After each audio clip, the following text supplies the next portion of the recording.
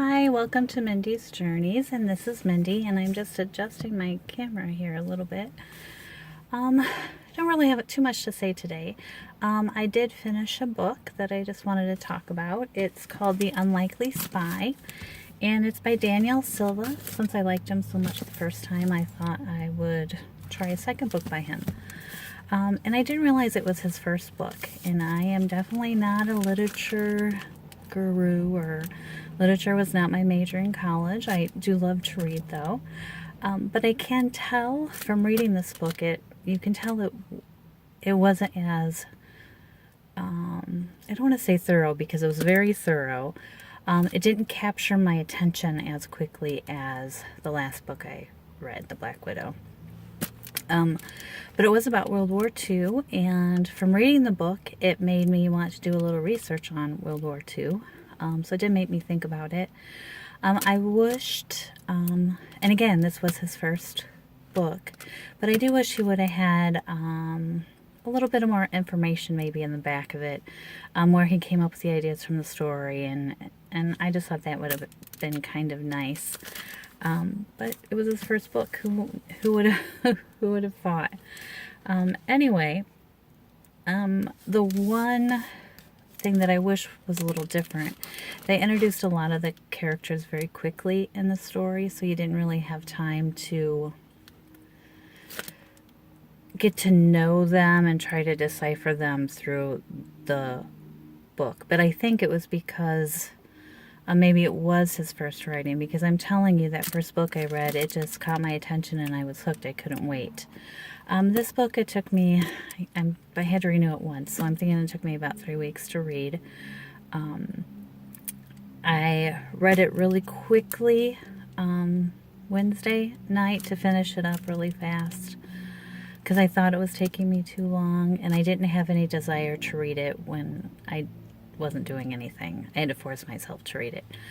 But anyway, it was very good,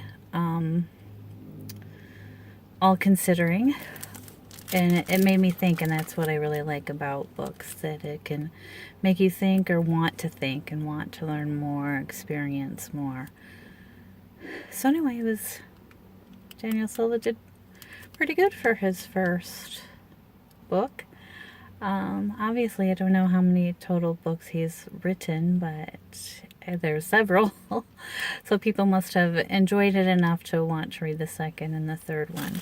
But again, it's called The Unlikely Spy by Daniel Silva. And it takes place back in World War II, a little history in there.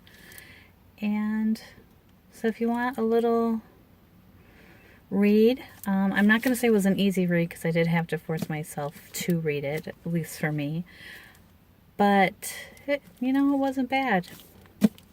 Anyway, go out and have a great day. We had some excitement in the world last night. I guess I could talk a little bit about that too, with the United States sending some missiles into a Syrian military base. It made me nervous. I seen it in the cafeteria where I work this morning, and I just got tears in my eyes, for my son and for everybody that's fighting for us. And we have a friend whose son is in the Middle East now on a Navy cruiser, and he wasn't able to get in touch with them via text this morning. I think they have talked now, but it's kind of a scary world that we live in, especially when we have kids, or kids that we know that are fighting in this war, and they are still kids. They're 18, 19, 20-year-old kids who's supposed to be having a good time, and they've got serious things. But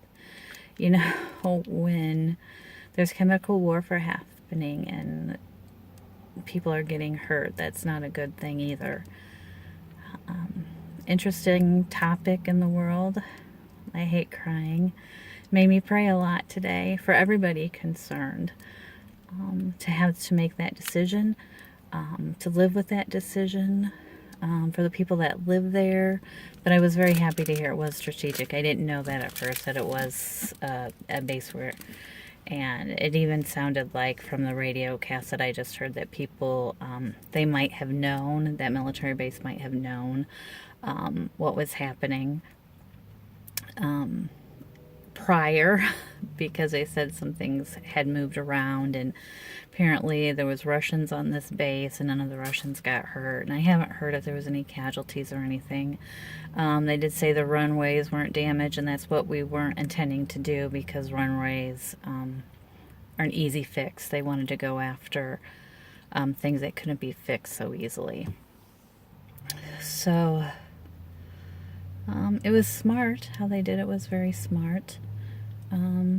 Anyway, it's scary. You know, they say, I just saw something about World War III, and honestly, I feel like we are in a war. I mean, we're battling every day.